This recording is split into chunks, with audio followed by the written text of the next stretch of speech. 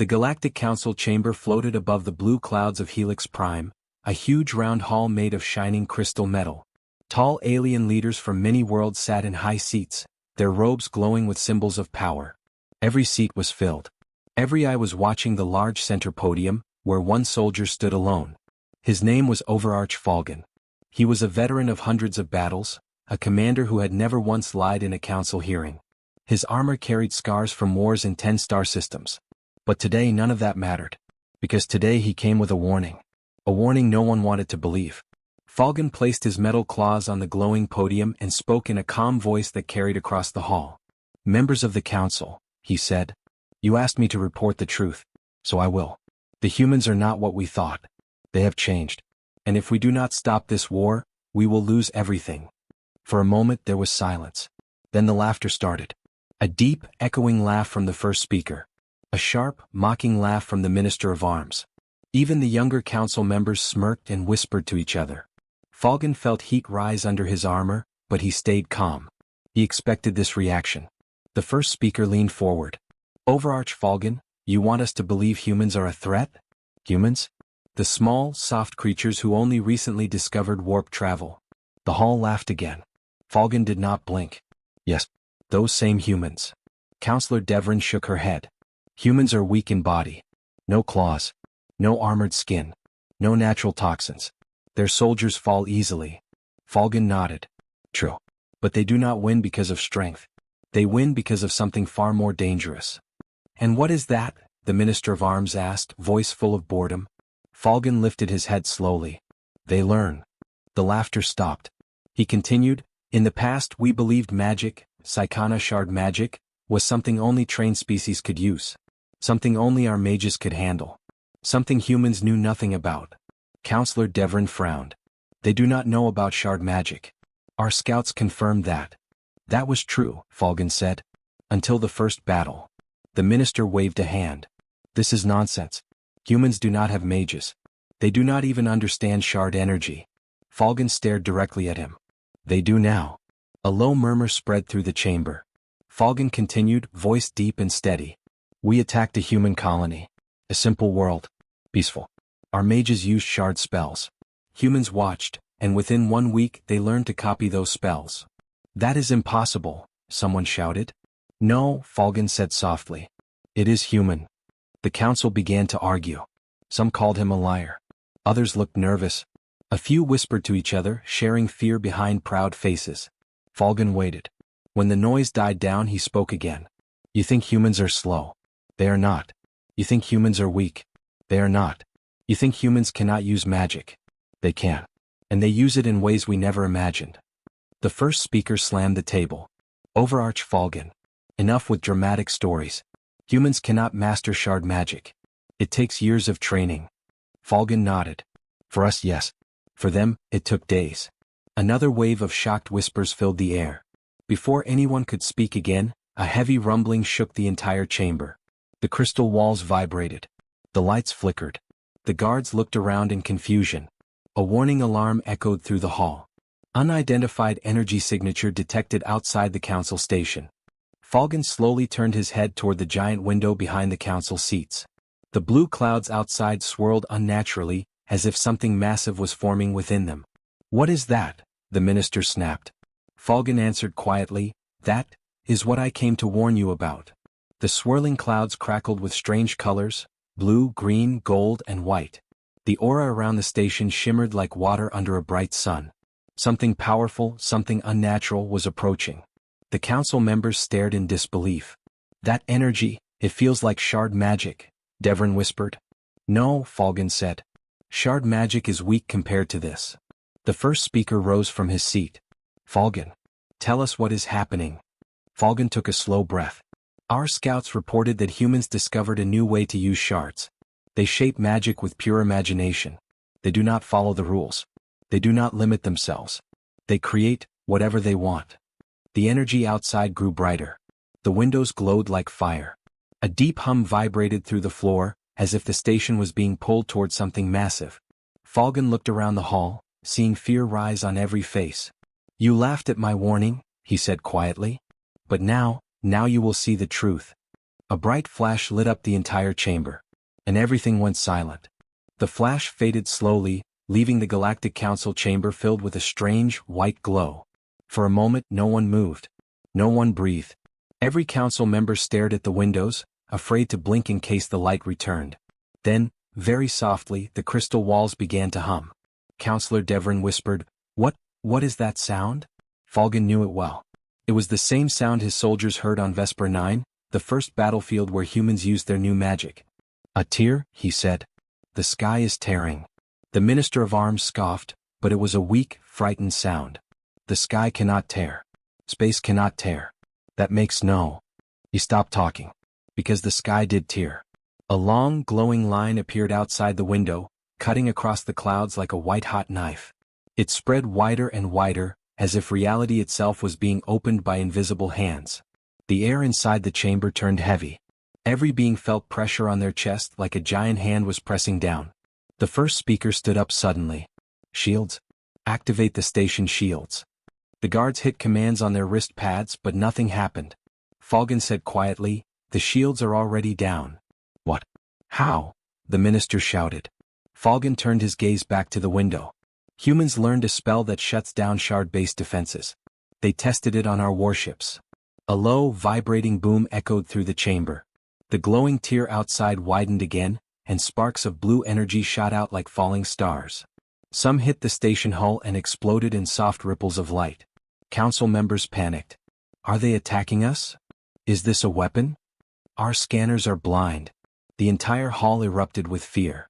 Important leaders who once sat with pride and arrogance were now gripping their seats, shaking like children in a storm. Falcon raised his voice. Calm yourselves. If they wished to destroy the station, it would already be gone. The terror-filled silence that followed was worse than the noise. The first speaker stared at Falcon. His voice was shaking, but he forced strength into it. Explain everything. Now, what did your scouts find? What did you see? Falcon nodded. He expected this question. He had been waiting to give this speech long before he arrived. It started on the colony of Vesper 9, he said. We attacked with 4 battalions. Humans had miners and civilians. They had no mages, no shard scholars, no trained magic users. Councillor Devrin asked, Then how did they learn magic? Falcon took a deep breath. That is the strange part. Humans do not learn the way we do. They experiment. They improvise. They try without fear. And they succeed. The minister frowned. Explain. Falcon gestured toward the tearing sky outside. Our mages used shard spells in front of them. Humans watched. Not studied, just watched. They saw the patterns of the energy. They saw how shards respond to emotion, to will, to imagination. And they copied them. The first speaker whispered, In 1 week. Falcon nodded. Less. But copying a spell is not the same as mastering it, Devrin argued. Human bodies cannot handle shard surges. Falcon slowly turned his head toward her. They did not use their bodies. The council fell silent. Falcon continued, Humans built machines. Small ones. Big ones. Armor units. Weapons. Structures. All powered by shard magic they shaped with technology. The minister's eyes widened. They mixed magic with machines? Yes. Falcon's voice was cold. And the result was something new. Something we have never seen. Something our mages could not counter. Another loud rumble shook the chamber. The glowing tier outside the window suddenly curved, forming a half-circle. The white light turned blue, then gold, then pure radiant silver. A massive object began to push through the opening. When the shadow first appeared, several council members gasped loudly. What is that? A ship. No, it's too big. Falcon didn't move. He watched the huge silhouette emerging from the tier, slowly like a mountain rising from clouds. It is a human vessel, he said. But not any vessel you know. The first speaker stepped closer to the window, eyes wide. How are they opening a portal this size? Falcon answered, Because humans do not see rules. They see possibilities. The tearing sky grew wider, wider, wider, until finally the full shape came through. The station lights flickered violently. Some council members fell to their knees. Councillor Devrin whispered in horror. By the stars, they built a city. It was true. Floating outside the council station was an entire city ship. A colossal metal sphere covered in towers, cannons, landing platforms, and glowing circular runes that pulsed with living magic. Rivers of shard energy flowed across its surface like glowing veins. Thousands of lights blinked in patterns unknown to alien technology. And beneath it all, a soft blue aura surrounded the ship, the same aura created by human imagination-shaped magic. The minister's voice cracked. How is this possible? Humans do not create war machines this massive. Falcon bowed his head. They did when we gave them shard magic. The first speaker grabbed the edge of his desk. You said they used imagination. What does that mean? Falcon looked him directly in the eye. It means they no longer follow the limits of magic. They created their own form of power. Something beyond shards. Something that changes with thought. They built this ship not as a machine. He paused, letting the truth sink in. But as a living spell. A chill fell over the room. Outside, the massive city ship turned its glowing core toward the council station. A blue symbol, smooth, simple, clearly human, appeared on its front. And then a voice echoed through the chamber. A voice speaking in calm, accented galactic common. Galactic Council. This is the human ascendancy. We need to talk. The chamber went silent. No one laughed now. The council chamber stood frozen. No one dared to speak. No one dared to breathe. The giant human city ship outside the station glowed with silver and blue light, like a floating sun wrapped in magic. Its engines hummed softly, but the sound felt like thunder in every alien chest. Then the voice came again. We request an immediate meeting. A human envoy is boarding your station now. Counselor Devrin grabbed the edge of her chair. A human envoy? Here? The Minister of Arms whispered, We are not prepared. We are not protected. Our shields are still offline. Falcon cut him off. It does not matter. When humans decide something they do not wait. A deep vibration shook the floor. The docking bay alarms blared and a hologram appeared above the central table. Inbound foreign craft. Authority, human ascendancy. Override accepted. The council panicked. How are they overriding our systems? They cannot do that. This is impossible. Falcon spoke quietly, but his voice carried like a blade. You still do not understand. Humans built a new kind of magic. One that speaks to machines more easily than it speaks to mages. They do not need permission to enter. A long silence followed. Then the chamber doors slid open. Every alien turned to look. A figure stepped inside, calm, steady, surrounded by small sparks of blue-white light. A human. Tall. Wearing a simple dark suit lined with glowing runes that floated like soft fire. Not armor. Not a uniform. Something different. Something alive.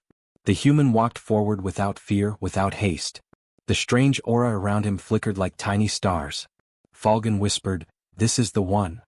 Devrin asked softly, The one from Vespera 9? Falcon nodded once. Yes. The first human we saw controlling magic without a shard. The human envoy halted at the center of the council floor. His eyes were bright, not with anger but with a quiet power that made the room feel smaller. He bowed politely. A simple gesture. But not one alien could move. Members of the Galactic Council, he said in calm, clear galactic common. My name is Elias Ward. I speak for humanity. His words echoed like thunder. The Minister of Arms swallowed hard. What do you want? Elias looked around the room before answering. I want to understand why you ignored every warning. The hall fell silent again. Elias continued, his tone gentle but firm. You were told not to push magic into your weapons. You were told not to tear open rifts on frontier worlds. You were told not to experiment on living creatures with shard energy. Falcon lowered his eyes. He had seen the ruined fields. He had seen the mutated soldiers. He had seen what the council's orders created. The first speaker forced a tight smile. Human, I assure you. Elias raised a hand. The air stopped moving. Not froze. Not locked. But paused. The entire chamber felt as if time itself took a slow breath. A soft blue ring expanded from Elias's palm and touched every wall in the room. The runes on his suit brightened. The sparks around him grew into thin threads of light. No lies, Elias said. Not today. The first speaker's mouth snapped shut. Counselor Devrin felt her heart race. What was that?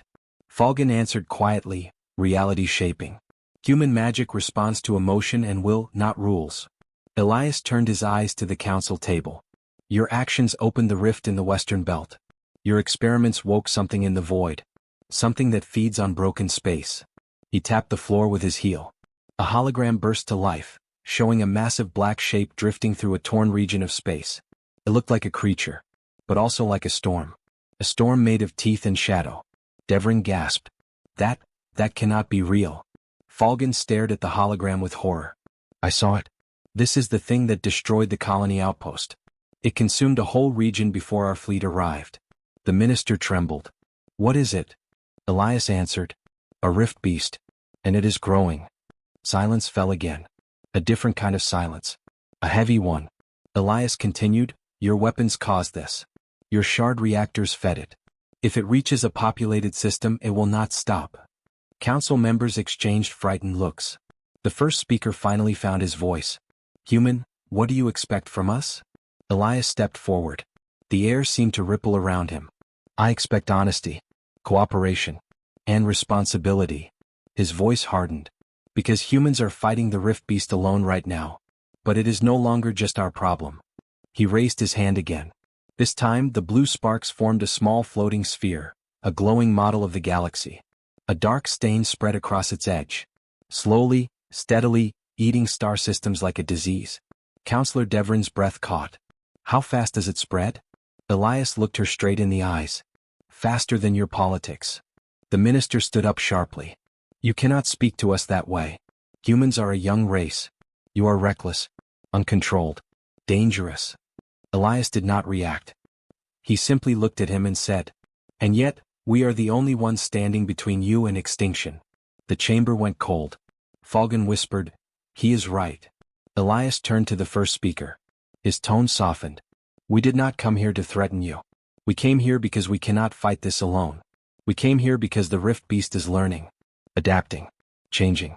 And soon simple weapons, yours or ours, will not stop it. A long, trembling silence filled the chamber. Then the first speaker asked the question everyone feared. What do you want us to do? Elias exhaled slowly as if he had been waiting for those exact words. He raised his hand. A bright circle of symbols rotated into existence, glowing with soft white light. We want to teach you, he said. Magic, not as you know it but as we have shaped it. A new kind. A living kind. He looked around the chamber. Because if we do not stand together, the rift will swallow everything. His blue aura brightened, soft, calm, powerful. And I promise you this, Elias said. Humanity does not run from extinction. He paused. We fight it. The council chamber felt smaller than ever. Elias Ward stood calmly in the center, surrounded by soft white light, while the alien leaders sat frozen, unsure whether to fear him or beg for his help. The first speaker swallowed. You wish to teach us human magic? Elias nodded. Yes, because the rift is growing faster than anyone expected. If we do not act now, we will lose entire arms of the galaxy. Counselor Devrin leaned forward, her voice trembling. But how can we learn your magic? We do not think like humans. We do not imagine the same way. Our bodies do not hold magic the same way yours do. Elias smiled gently. That is the beauty of it. You don't need a human body. You don't need our minds. You only need your will. Falcon stepped closer, studying the glowing symbols around Elias. What exactly are we learning? Elias lifted his hand. The chamber instantly dimmed. Only the white and blue symbols floated like fireflies around him. You are going to learn the first rule, he said, voice calm, steady and powerful. Magic follows belief. The minister frowned. Belief? That is not science. That is not. Before he could finish, Elias snapped his fingers. A chair behind the minister slid across the floor without anyone touching it. Another finger snap. The table rose several inches. Another snap. A floating light orb formed above Elias's palm.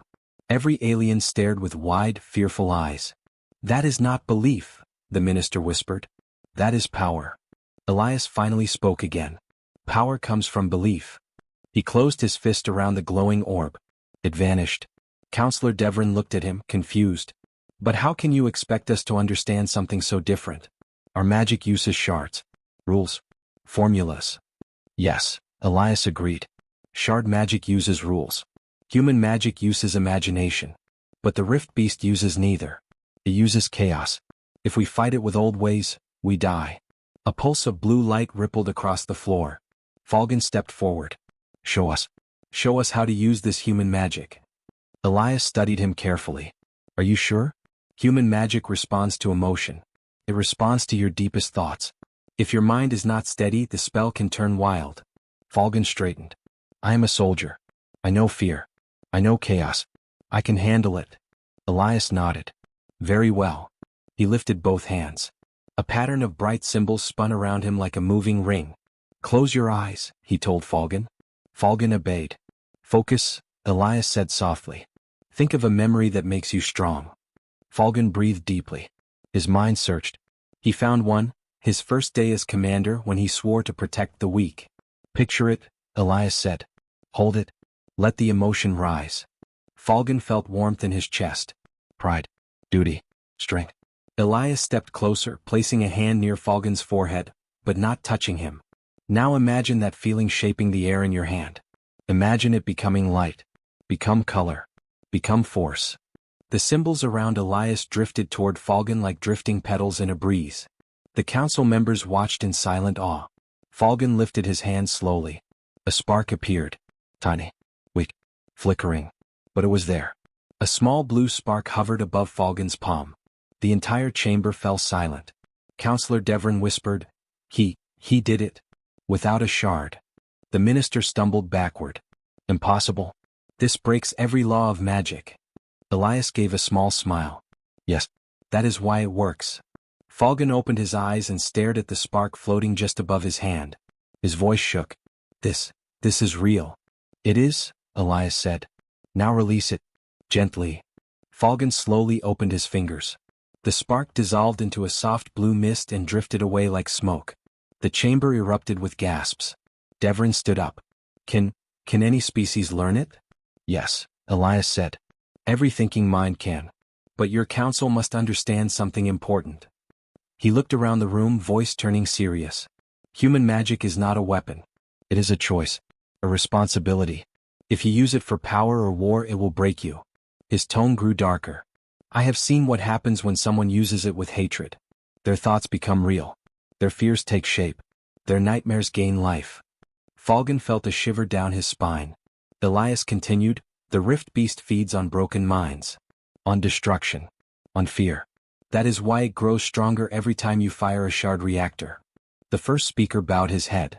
We did not know. You refused to know, Elias corrected. That is why we are here now.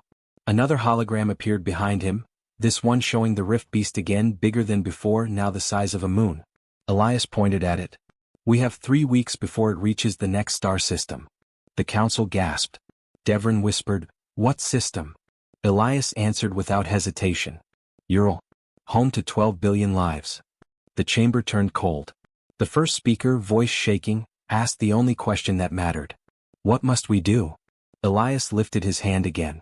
A bright glowing circle formed, slowly rotating above his palm. We form an alliance, he said. One army. One purpose. His eyes glowed with resolve. We fight the rift together. He lowered his hand and the glowing symbols faded. But first, Elias added quietly, you must learn to believe.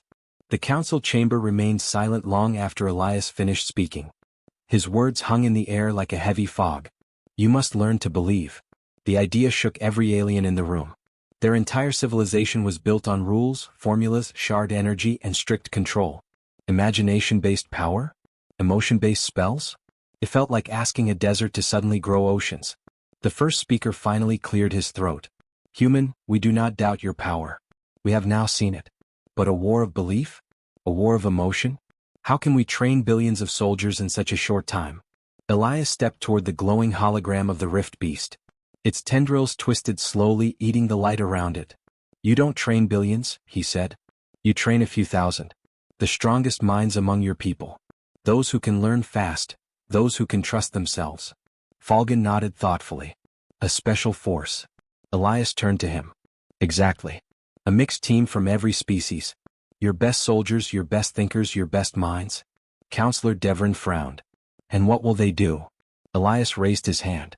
A thin line of light stretched from his fingertips and touched the hologram of the Rift Beast, outlining a glowing target on its core. They will go here, Elias said softly. Inside the rift. Several council members gasped. That is suicide. Devrin cried. No ship has ever entered the rift and returned. Elias nodded. Because they used machines. But magic can survive where machines fail. The minister slammed his hand on the table. We cannot risk our finest soldiers on a fantasy plan. Elias turned his head slowly toward him. Fantasy is becoming real, minister. That is the problem. Falcon stepped forward. If we do nothing, Euro falls. 12 billion people die. Then the rift grows stronger. Then it moves again. And again. Until nothing is left. The council exchanged fearful looks. Elias tapped the center of the table, and a star map appeared. The rift was marked in red, slowly spreading like disease. We don't have time to argue, he said. We have time to prepare. Devrin hesitated. Prepare what? Elias breathed in deeply. Something humans call a sentinel circle. The minister raised an eyebrow. What is that? Elias walked to the center of the chamber. He spread his hands and 12 glowing symbols rose around him, spinning in a perfect circle. A sentinel circle is a team of magically linked warriors. Their minds share strength. Their spells combine into one single force. Falcon studied the symbols. And this force can fight the rift? Elias nodded. If they are strong enough. If they believe. If they trust each other completely. The first speaker stepped forward. How many people do you need? 12, Elias answered. 1 from each major species. The council fell into whispering chaos. 12? Impossible. Different species cannot share thoughts. Our minds are not compatible. What if someone breaks under pressure? Elias raised his voice, stopping them. The rift beast does not care about your differences. It devours minds from every race. If it kills you separately, it wins. If you fight together, you have a chance. Falcon looked at the hologram again. Who will lead the circle? Elias turned to him with calm certainty. You, he said. Falcon's eyes widened. Me? I am a soldier, not a dreamer. I barely held one spark a moment ago. That spark, Elias said gently, was courage. And courage is the only thing that keeps belief alive. Falcon stood silently, thinking. The first speaker leaned forward. Human Elias, why do you care so much about saving us? Your world is safe. Elias's face darkened. For a moment, the friendly teacher vanished. Something older and heavier replaced it. No world is safe, he said softly. Not anymore. He walked to the star map again and expanded it until it showed hundreds of galaxies. The rift beast is not a creature. It is a hunger. A wound in reality.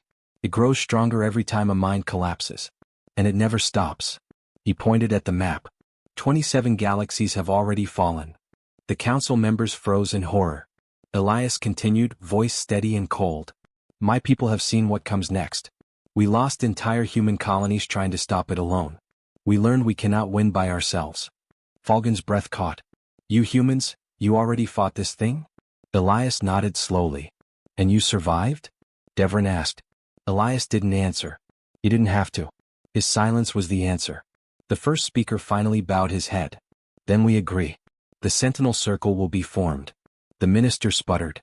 But the decision is made, the speaker snapped. This is not a time for pride. It is a time for survival. Elias exhaled softly, relieved. Good, he said. We begin at sunrise. He turned toward the exit, but before leaving he stopped and added. Tell your people to prepare for the hardest training of their lives. The sentinel circle must form a bond deeper than blood. He looked back at the council with a calm, steady expression. If you fail, the galaxy ends. Elias left the room. Falcon watched him go, feeling the weight of the future on his shoulders. He whispered to himself. I hope we can believe as strongly as humans do. The next morning, before the twin sons of Ural rose, the training grounds were already filled with soldiers from a dozen species. Some were tall as towers, others small and fast, some armored in natural plates, others smooth-skinned, but all of them had the same expression. Fear. Falcon stood at the center, hands behind his back, unsure of what to expect. He had led soldiers before, but never something like this. Never a mission where imagination mattered more than weapons. Soon Elias arrived. He wore no armor. He brought no weapons. But every soldier stepped aside for him as if he was an entire army. He raised his voice. Today you become the sentinel circle. You will be more than soldiers. You will be one mind, one strength, one belief. The soldiers exchanged worried glances. A slim, insectoid warrior named Verrick whispered to a reptilian soldier. What if our minds do not match? What if we hurt each other? The reptilian replied, the rift beast will hurt us more. Elias clapped once. Sit. All of you. Form a circle. Falcon took his place among them. 12 soldiers, 12 species, sat in a ring. Elias walked behind them slowly, like a teacher examining students about to fail an exam. Look at each other, he said. They did. What do you see? A silence followed. Then Vuric spoke. Enemies. Fighters from old wars. Another soldier nodded. We have fought each other for centuries. Some of our nations were at war only 30 years ago. Elias nodded calmly. Good. You admit the truth. He stepped into the middle of the circle. Now forget it. The soldiers stiffened. How? Falcon asked quietly. Elias pointed at his chest. By remembering something bigger than hate. His hand glowed and 12 small sparks of light floated above the circle, 1 spark for each soldier. These are your minds, he said. Separate, alone, weak. He brought his hands together. The sparks fused into one bright star. But together, the star pulsed, giving off a warm wave of energy that lit their faces. You can create something the Rift Beast has never seen before. The soldiers watched, fascinated. Then the real training began. The first trial, trust. Elias raised his palm and suddenly the world around them changed. The training ground melted away. They stood on a narrow stone bridge, floating above endless darkness. Several soldiers panicked. This is not real, one shouted. It feels real, another cried. Elias stood calmly on the bridge. This is a shared illusion. You create it together. And you must cross it together. Falcon took 1 step forward. The stone crumbled under his foot. He grabbed Varric's arm to steady himself. Elias smiled slightly. Good. One cannot move unless all move. The soldiers tried again. But each step required absolute trust. If one hesitated, the bridge cracked. If one doubted, the darkness grew. By the time they reached the other side, half of them were shaking, exhausted. Elias nodded. You are learning. The second trial, fear. Without warning, the scene changed again. Now they were surrounded by memories, horrible ones. Falcon saw the battlefield of Ural, burning bodies, the screams of soldiers he had failed to save. Vuric saw his destroyed colony. The reptilian soldier saw the plague that wiped out his home world. The mammoth-like warrior saw the loss of his young. Each soldier faced the memory they feared most. They cried out, tried to run, tried to fight. Elias spoke softly. You cannot defeat the Rift Beast if you remain slaves to fear. Falcon fell to his knees as flames surrounded him. I cannot, he whispered. Then stand, Elias said. Falcon forced himself up. The others watched him. He took 1 step. Then another. And another. He walked through his own nightmare. The flames faded. One by one the others followed. They helped each other, pulled each other away from the darkness, supported those who could not stand. When the memories dissolved, the 12 soldiers stood closer together than before. The third trial, unity. Elias placed a shard in the center of the circle. This shard contains more power than any weapon here. But it will only activate if you 12 focus on the same image, the same idea, the same goal. The soldiers closed their eyes. Falcon tried to imagine light. Vuric imagined strength. The reptilian imagined a shield. The mammoth imagined hope. But their images did not match. The shard remained dark. Elias sighed. You cannot think like 12 minds. You must think like one. He walked behind them slowly. Try again. They tried. And failed. Again. Failed. Again. Failed. Hours passed. Some soldiers broke down crying. Some pounded the ground in frustration. Some begged to stop. But Elias never raised his voice. He watched them with calm patience. At sunset, when the soldiers were nearly broken, Falcon spoke. I see, a circle. The others looked up. A circle? Vuric asked. Falcon nodded tiredly. A circle of us. Together. Standing. Not falling. One of the reptilian soldiers whispered, I see it too. Then another. And another. Until all 12 imagined the same thing. A circle of light. The shard pulsed, softly at first, then brighter, then rising like a miniature sun. Elias allowed himself a proud smile. Now, he said, you are beginning to understand. The next morning, the air around the training grounds felt heavier than usual. Fog rolled in from the valley, covering the camp like a warning. Every soldier sensed it. Today was not like the other days. Today was the real test. Falcon arrived early, expecting Elias to already be there. But the center field was empty, silent, almost too quiet. He looked around, confused. Where was everyone? Then he heard it. A deep humming sound like the world was holding its breath. Falcon followed the sound to the edge of the cliffs. There, the other 11 members of the Sentinel Circle were already standing in a line, facing something strange, something glowing at the horizon. Elias stood in front of them. "You came," Elias said without turning around. Falcon stepped beside the others. "What is that?" Elias pointed forward. In the sky, a giant tear of red light slowly pulsed. It twisted like a wound, like something alive. "The rift," Elias said.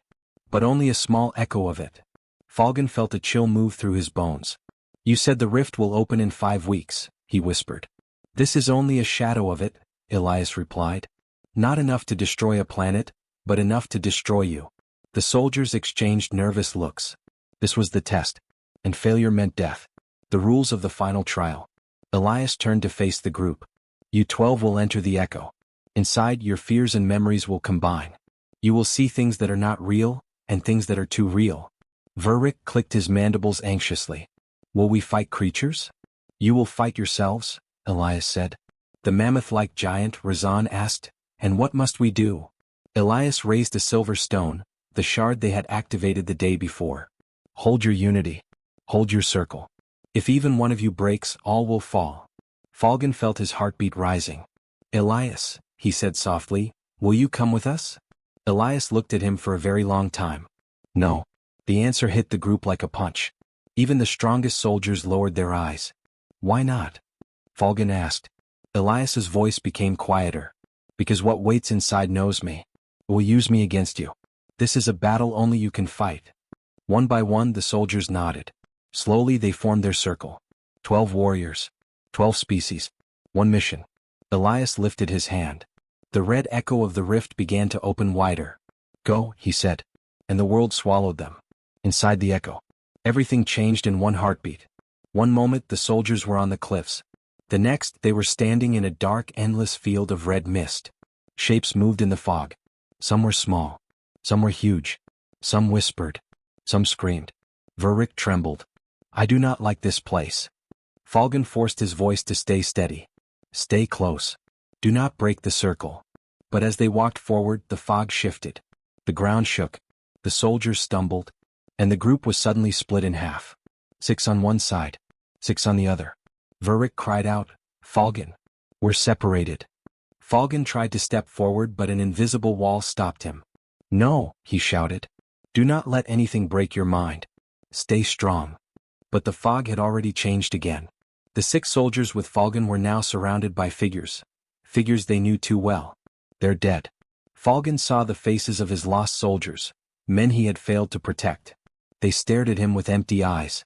"You left us," one whispered. "You let us die." Falcon's heart twisted, but he remembered Elias's words. "These are lies," he said. "They are memories twisted by the rift." He stepped forward, and the illusion screamed. They grabbed his arms, his armor, his throat. Falcon shouted, "Hold the circle." The 5 soldiers around him linked hands immediately. The illusions tried to pull Falcon away, but the circle pulled him back. A blast of light erupted from their united grip. The illusions disappeared like smoke. On the other side. Meanwhile, the other 6 soldiers faced something worse.